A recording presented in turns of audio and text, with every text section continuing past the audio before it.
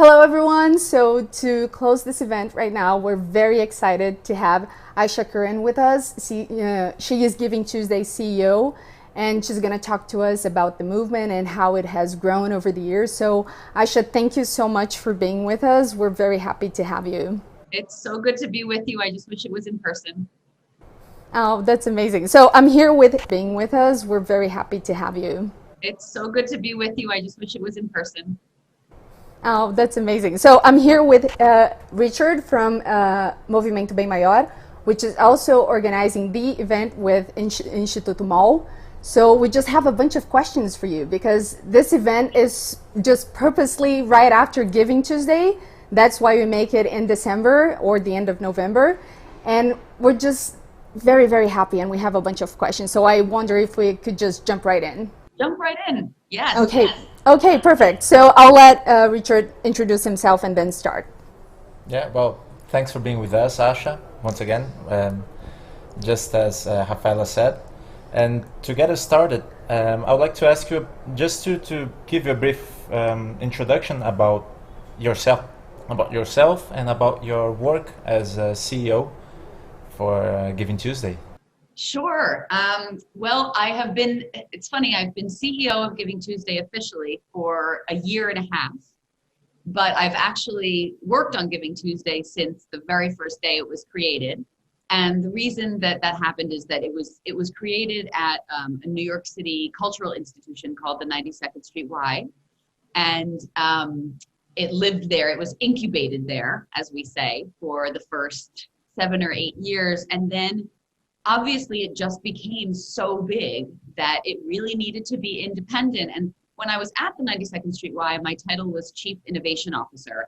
And I ran Giving Tuesday, but also a whole bunch of other things. And I've also, I like to think of myself as having a fairly high capacity for doing lots of different kinds of work, but Giving Tuesday is just its own huge thing and really needed full-time attention.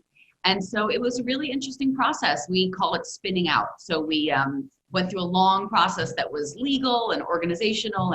And last July, I left the Y and I took Giving Tuesday with me. And now Giving Tuesday is an independent nonprofit. We have a staff of 25.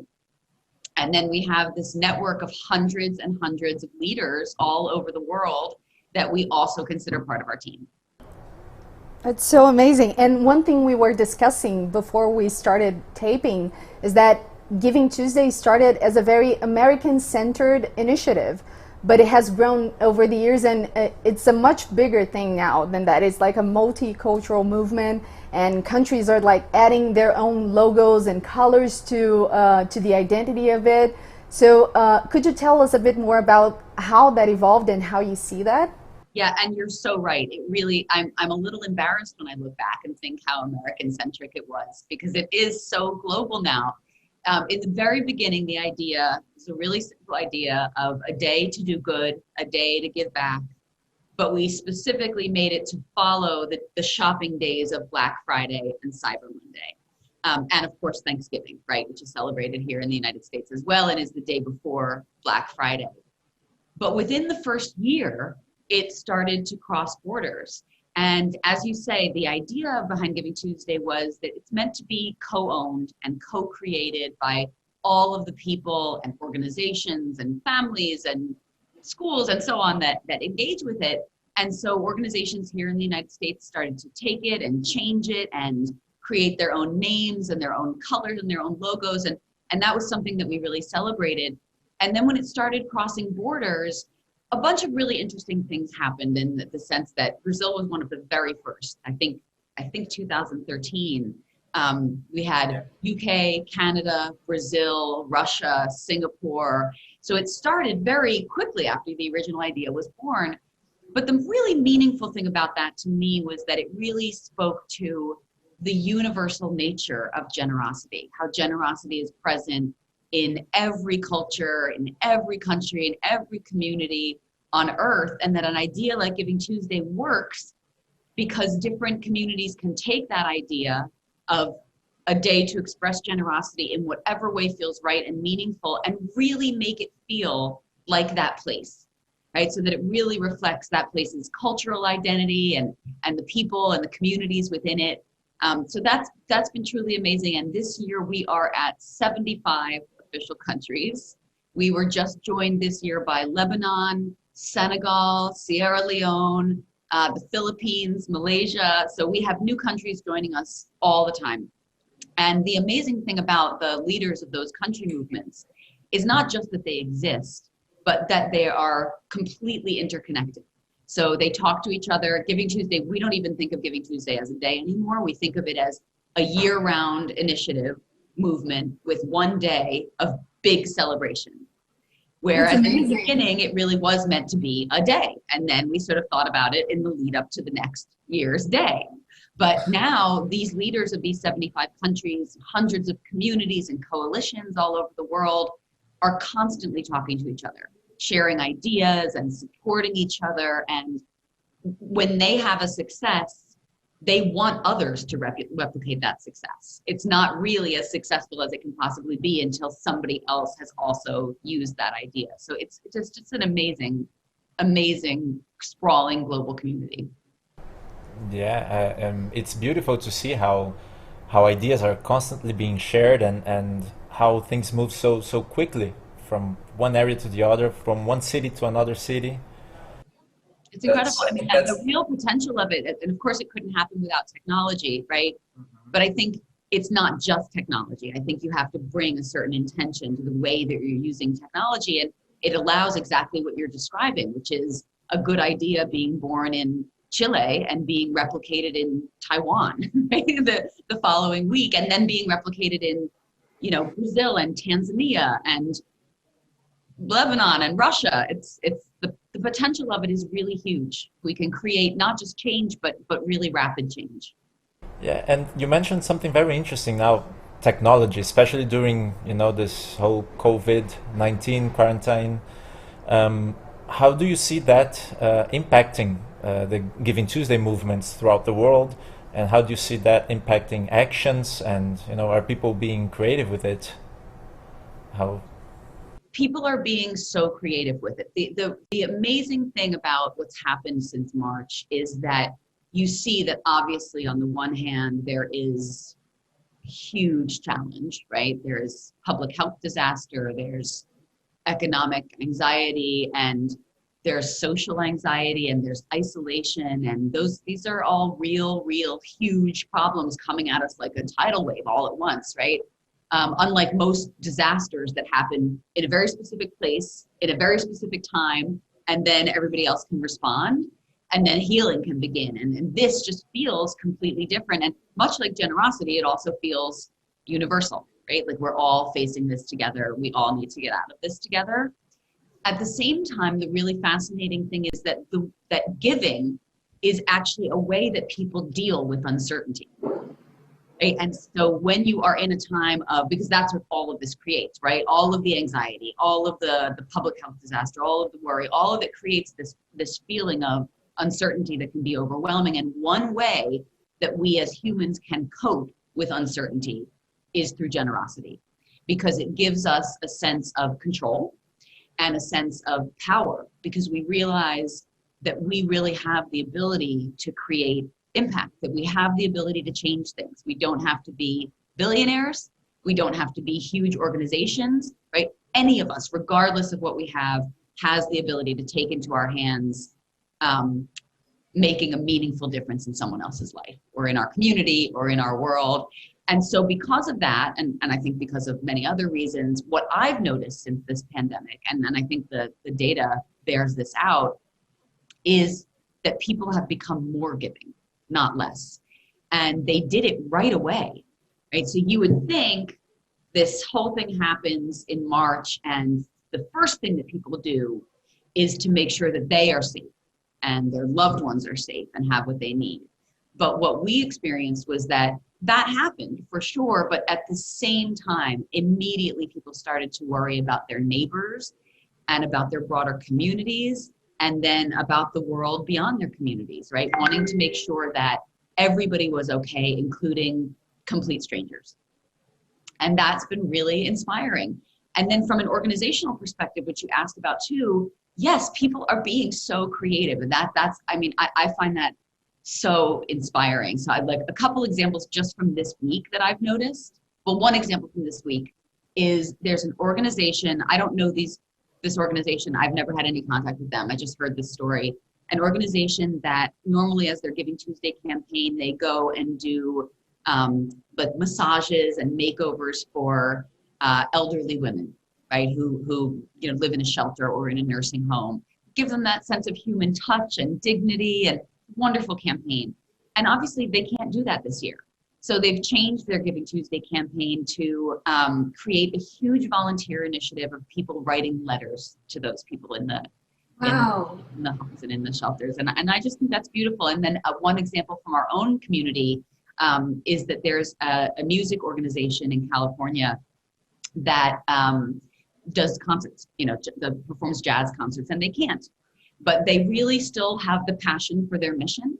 And so they also noticed that there was a huge problem with people waiting for food at food banks and needing to wait in line for like 6 or 7 hours.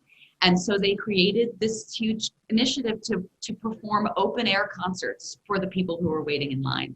So I love the definition of generosity as not just making sure that people have what they need, that they're not starving, that they're not without shelter, but that we can actually bring art and beauty and joy into people's lives, and that is as important an act of service and generosity as anything else, and makes those organizations as important and worthy of support as any other organization as well. So yes, we've seen all of that from both an organizational and an individual perspective, just a lot of inspiration, creativity, and generosity. Oh, I just want to say that I had chills so many times when you were talking, because you were just describing so many great things. And it's just, we were about to ask you if you knew any stories and great initiatives like those. And I just want to compliment that and ask you if there are any initiatives that have surfaced over the years and not just during the pandemic that have brought you more hope and that grabbed your attention since 2013 or even before. Do you have any stories that come to mind that you find inspiring? You would have me for hours and hours. Like even 10% of those stories, but yes, I mean, right from the very beginning, one of the most inspiring things that has happened in my mind since the very beginning of Giving Tuesday is the emergence of community campaigns. And the way that we define those is they can be place-based, right? You have them in Brazil, right? We have the leaders of Doa Sorocaba, right? Very strong members of the community. Yeah. And there are hundreds in the United States. They exist in Russia, in Spain, just learned about one today, literally right before this conversation, in Karachi. Those have been amazing to watch grow because we didn't plan them. They were completely organic. And I always say that my favorite things about Giving Tuesday are the things that we didn't even think of, but just were created organically from within the broader community. And the community campaigns are those. And I think they're just a way of, first of all, natural leaders stepping forward, right? You have to really have leadership qualities to say, I really love this idea of Giving Tuesday, and I love the idea of being the person who's going to pull together a collaboration of the schools and the religious institutions and the government and the family and the nonprofit organizations and the small businesses and the banks, et cetera, in this community, all in one communal act of generosity. And so those have been amazing because they're also such a good example of co-ownership and co-creation. They each look different. Right? They each reflect the identity and the goals and the interests and the passions of that local community. And it might be a mid-sized city like Sorocaba. It might be an entire state or an entire region. It might be a tiny little town. And it doesn't matter. They're all equally important and equally impactful. And they really feel authentic to the spirit of that place. And then more recently, which is another amazing development, we've started seeing community campaigns that are not place-based, but are coalitions that are built around specific issues or identities or cultures. And that's really wonderful to see too, because one thing that we have encouraged so strongly all of the years of Giving Tuesday's existence is collaboration. not working, toward a mission on your own in a silo. And NGOs can tend to be competitive with each other rather than seeing each other as allies in working toward a unified goal. And so I think that Giving Tuesday has encouraged it, because that is what Giving Tuesday is many, many, many people and organizations working in their own place, but together, collectively working toward a unified vision of a more generous world, but with all the freedom in the world to do that in their own unique ways. So that's been something that I've just has been amazing to watch develop, and is still developing. And then very specifically, I think from an organizational perspective, again, I've loved to see these organizations that reach beyond their own missions and brands to collaborate with others and create what then becomes much more than a fundraising campaign, but becomes more of a storytelling campaign of why that mission is so important. And we've seen that happen with everything from zoos to women's health organizations. The list really goes on and on. And we've seen that especially happen since the pandemic. And I think that one of the reasons behind that is that it's pure necessity, right? That times are desperate, that many nonprofits are really struggling or actually in danger, and that to make real progress and progress quickly, they've just realized they absolutely have to work together. Yeah. And then one last one that I'll mention, because it's so great, please. and that Brazil is very involved in, which is Giving Tuesday's youth program. So what we call now Giving Tuesday Spark, what originally began as Giving Tuesday Kids, and there is Dia de Doar Kids. Yes, exactly. It's amazing. I mean, to watch kids lead the way with giving and with philanthropy, not because we tell them what they should care about or the right way to do things. Quite the opposite. We are learning so much from them because they're so connected and they know how to use technology to build global community, and they're just amazing. So that's also been one of my favorite developments. As I said, I could keep going on this for hours, but I will stop. Oh, please! I would hear it for hours as well. But yeah, we might need to save another moment with a bit more time for that. Yes. We were about to ask you about Dia de Doar Kids, but since you already mentioned it, I will follow on to a second question, which also speaking. Giving Tuesday started mostly with individual people. Then it began to have a more it began to move to organizations, and now I see private companies starting to look at it and relate to it, and more engage to to this date. How do you see that movement, and how do you see that about this corporate this growth, I guess. I don't know, this global embracing of it in other fronts that are just like companies are embracing it as well. It was something we were talking about. Yeah. And we would love to hear your thoughts on it as well. Yeah, I have seen that growth as well. And it's very different depending on what country you look at. There are some, very multinational companies like PayPal, who've been very close partners with Giving Tuesday all over the world for a long time.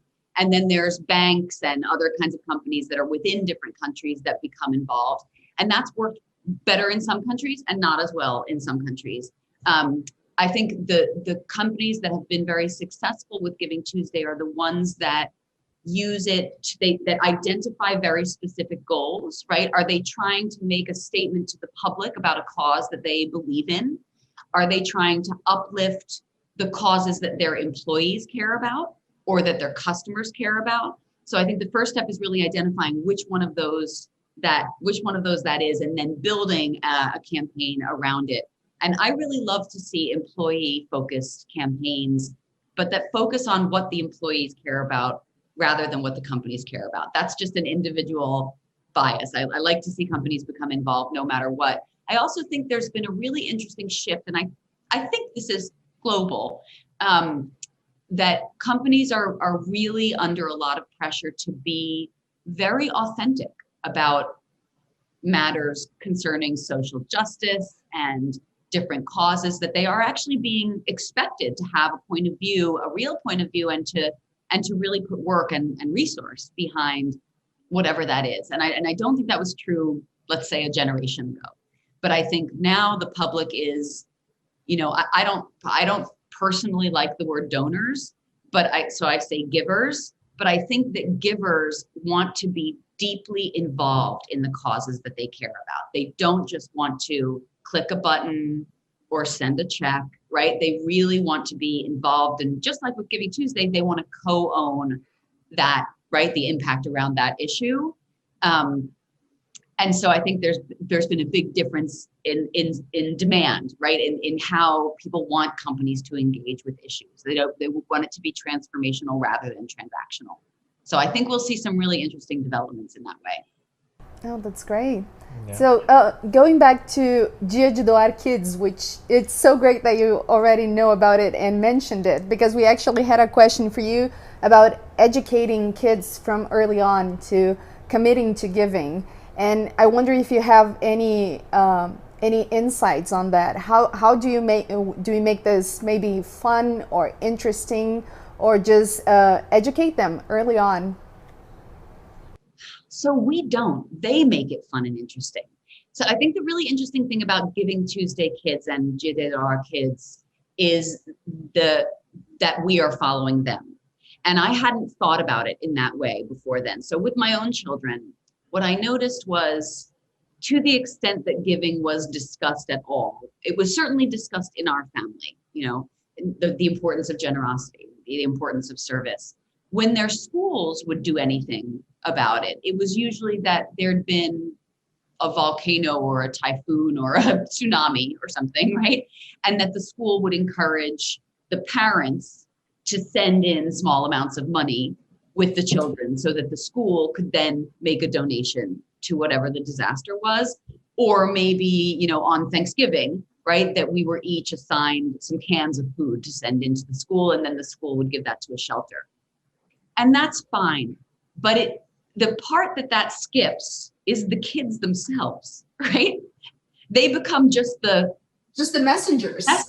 Right? Bringing the money from the parents to the school, bringing the cans of food right? And what happened with GivingTuesday Kids was actually that a young girl started it.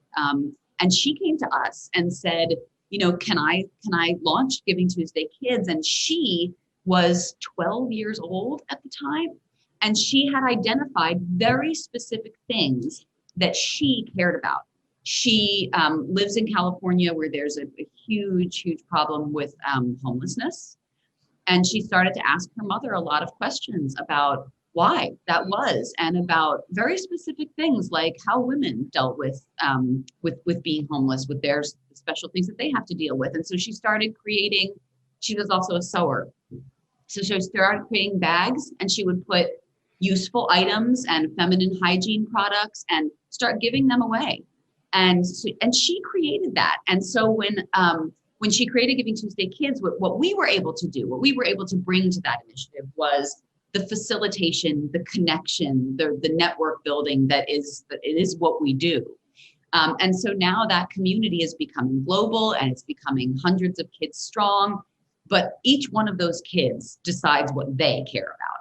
And I do think that conversation has to start at home, right? With that conversation being, giving is a priority, generosity is a priority. It is a responsibility for us to think about other people and to care about other people, whether we know and love them or not. And I don't know that conversation does happen in every household. I think it happens in a lot of households, and sometimes it's around religion, and many times it's not. But I think that when that conversation happens early and happens often, that you do have children who begin to think very independently about what they care about. And that's the really exciting thing about it to me. Oh, thank you. Yeah, it sounds amazing. It sounds very exciting. So inspiring. They're so inspiring. And they know social media so much better than we do. It's so intuitive. They can use Instagram and TikTok in ways that we're like, couldn't even imagine. Yeah. And Asha, well, when we talk about GivingTuesday, of course, the first thing that comes to mind is, you know, this huge collective movement, collaboration, as you emphasized. And I think especially when we're looking, I mean, within countries, this has already, I mean, over the last years we look, there's been so much polarization and, you know, so much, well, so much arguing about things that, you know, are not at the top of our social priority, humankind development priorities in a way. How do you see Giving Tuesday, I mean, being able to go beyond so many cultures and connect people from such different backgrounds? What is this, how do you help coordinate or connect all these different parts through Giving Tuesday, right? It's so much easier than you would think. It has really shown me how we could be building this type of model over and over again, right? Around different values, different issues, different causes. The leaders of the 75 countries are literally connected on WhatsApp, right? They just today on WhatsApp, they are talking. I have about 15 WhatsApp notices just since beginning this conversation, right? They talk about the different videos and assets they're creating. They talk about the different volunteer initiatives, the ways that they're getting so excited, things that they want to share with each other. That this is it. This is a global movement right here on my phone. And then in addition, we do things like in normal times, we convene everybody once a year. So we have a week that we just spend together in person, learning from one another, and sharing all the things that worked, and not your normal conference. We have a lot of fun, and we're not able to do that now, but we did it virtually.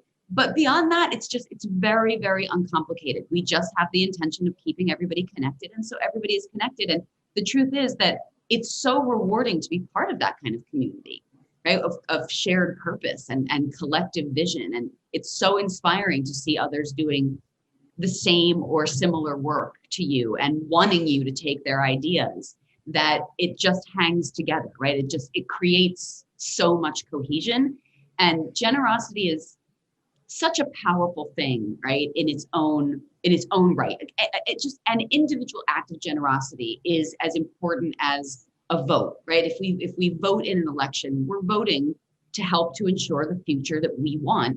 And when we give, we're also taking action to create the future we want and the world we want. And, to me, generosity is not about those who have more and those who have less. It's quite the opposite, actually. It's a value that expresses solidarity, that recognizes our shared humanity and our interdependence.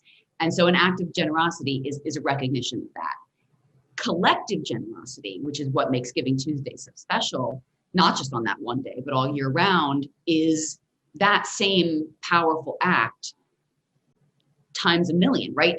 Exponentially more powerful, because it takes many, many people taking action, right, based on this common purpose. And that supports organizations doing critical work, yes.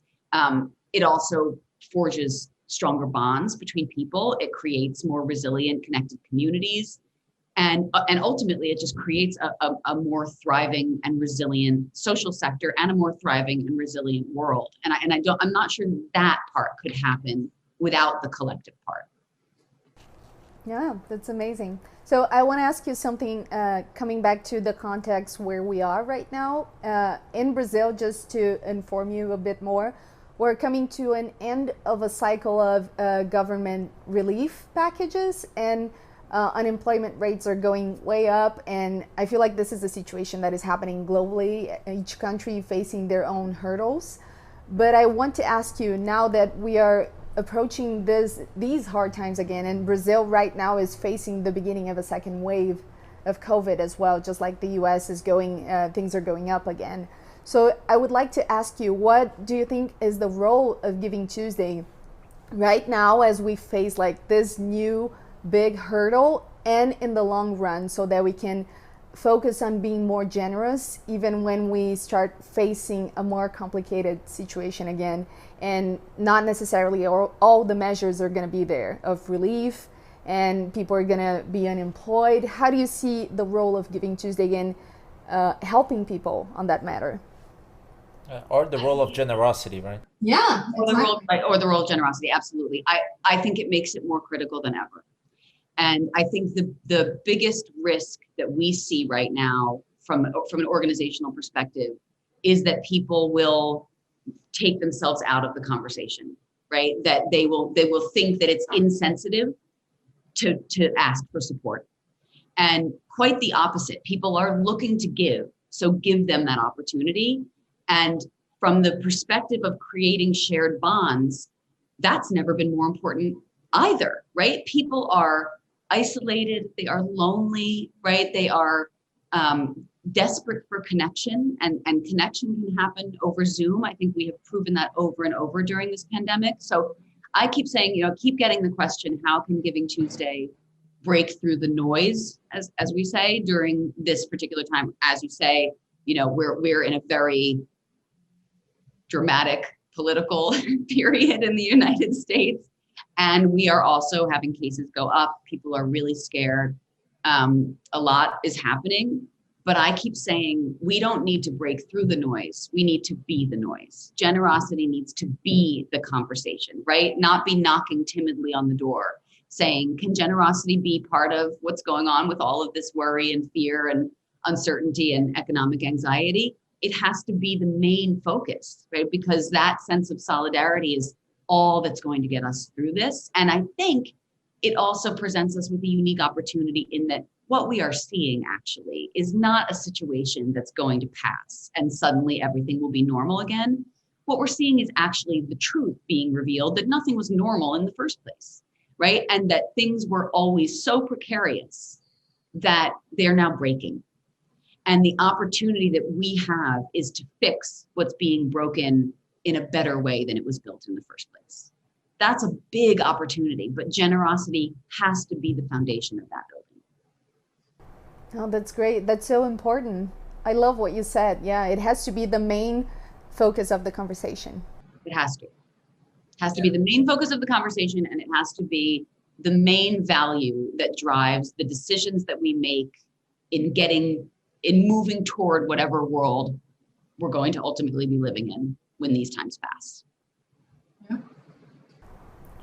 Well, I was listening to one of your speeches from 2019, and you mentioned something that I found very, very inspiring, very simple, though very objective.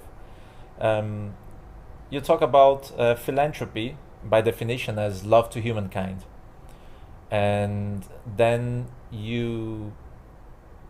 that gives that basically shows that everyone has the potential to be a philanthropist, so to demonstrate and to live their love for humankind.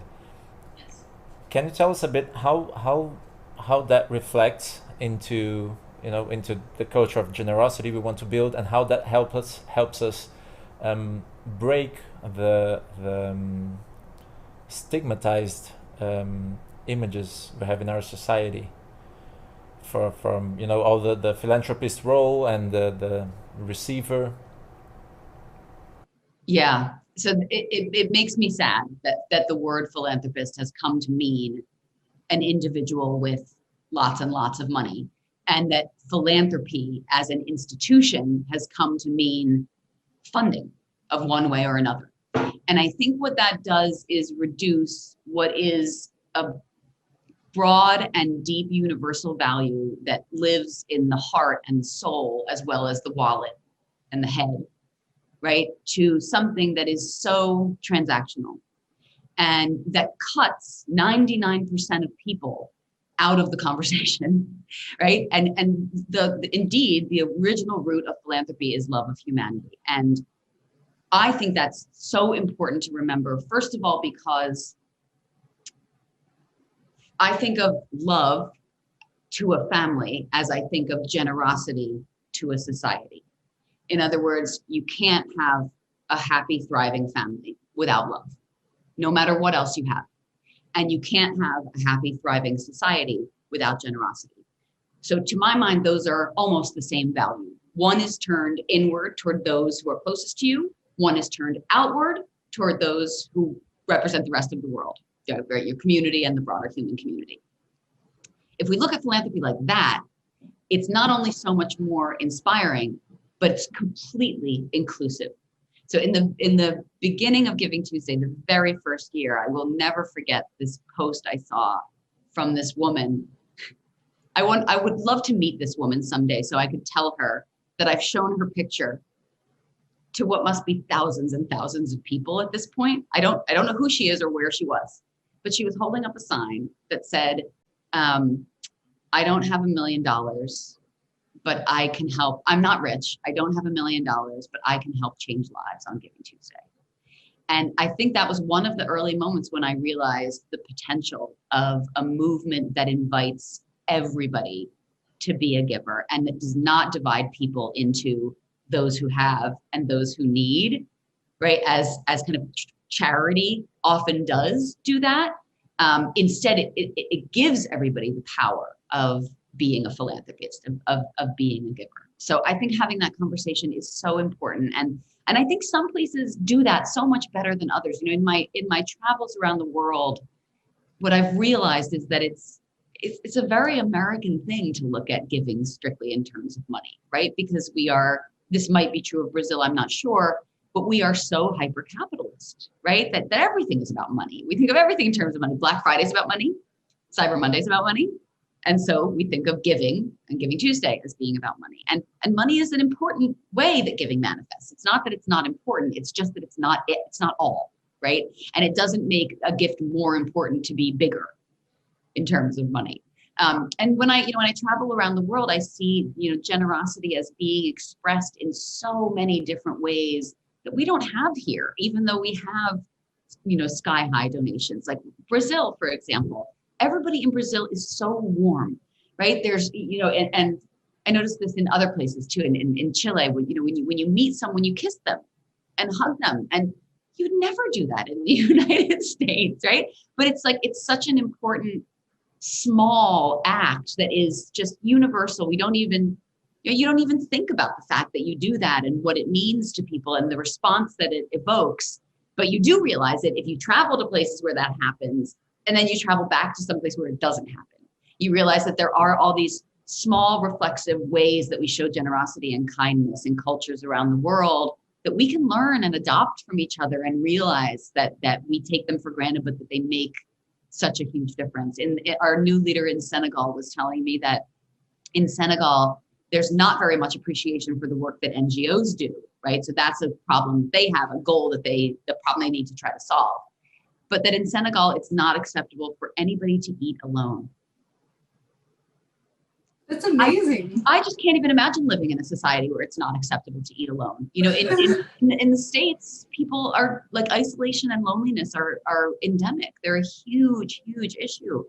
And so I think, wow, how beautiful if like we just took it for granted that like you just made sure that nobody ate meals alone. I can't even imagine living in a culture like that. So it just gives you such an appreciation for the massive breadth of ways that generosity can be expressed and that we all have within our power to begin to express it. Oh, I would love for you to close on that as we approach the end of this conversation, sadly, because I would really love to hear you for hours sharing those stories. So, but as we approach an end, I would like to hear some final thoughts on what you've learned when you met these people, when learned their culture, and what can we apply today in our lifetimes to help each other and to be generous in every attitude we have. Could you close on that?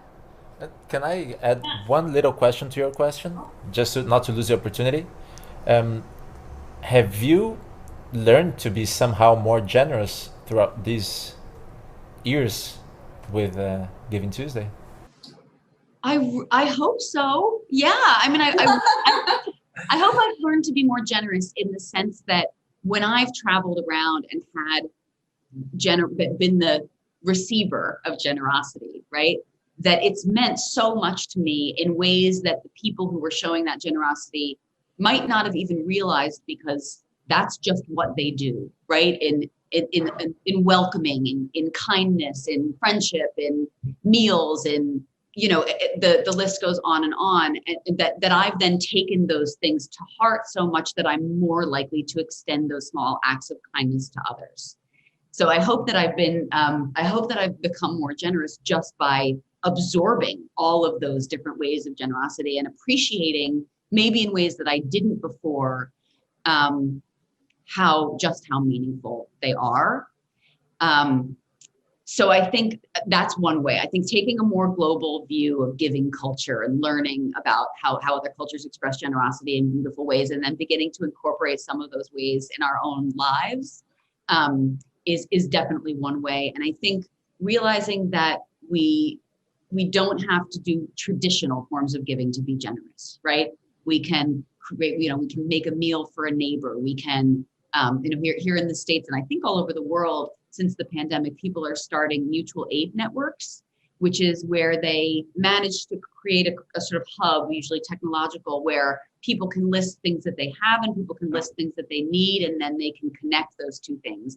I think being the person who steps forward to be that connector, it could be just for your neighborhood, it can be just for your apartment building, is a really important act of generosity. And then one thing I think that people also take for granted is that if you have a talent or a skill, right? If you're an artist, if you're a singer, whatever it is, that bringing that talent to others is a real act of generosity. And so there are just so many countless ways. And we try to list all of those ways and more, and amplify all the good ideas that we hear, as much as we can, so that people don't think, well, I'd like to be generous, but I just don't know where to start. And I also encourage people to sort of, I bet that you are generous in so many ways you don't even realize, right? And in the kindness that you show to people as you navigate your day, as you go to the store, right? As you meet strangers, as you pass someone who you can tell needs something. You might do something reflexively that you don't think, I'm such a generous person, right? But I bet those actions are there, and bringing awareness and intentionality to them means that you start doing more of them. And as you start doing more of them and you're more intentional about them, you then realize how deeply rewarding it is. And that's my favorite thing about generosity, is that it is generative, right? It's exponential, in the sense that once you do it and you like it, you want to do it again. You want to do it more. You want to do it with more meaning and more depth and more impact. And so I encourage everybody to be wherever they are on that journey on Giving Tuesday, and then don't stop doing it after that day is over. That's amazing. I love what you said, like, you already are generous, maybe you just don't know it. Aisha, thank you so much for spending some time with us for this great conversation. We really appreciate it, and I'm sure everyone watching appreciated it as well. So thank you. Thank you. Obrigado. Look at that. Obrigada. Okay, I hope to see you soon in other conversations, and I hope you inspire a bunch more people around you. Thank you, and you too. And thank you everyone for watching. Yes, thank you everyone for watching. Happy Giving Tuesday.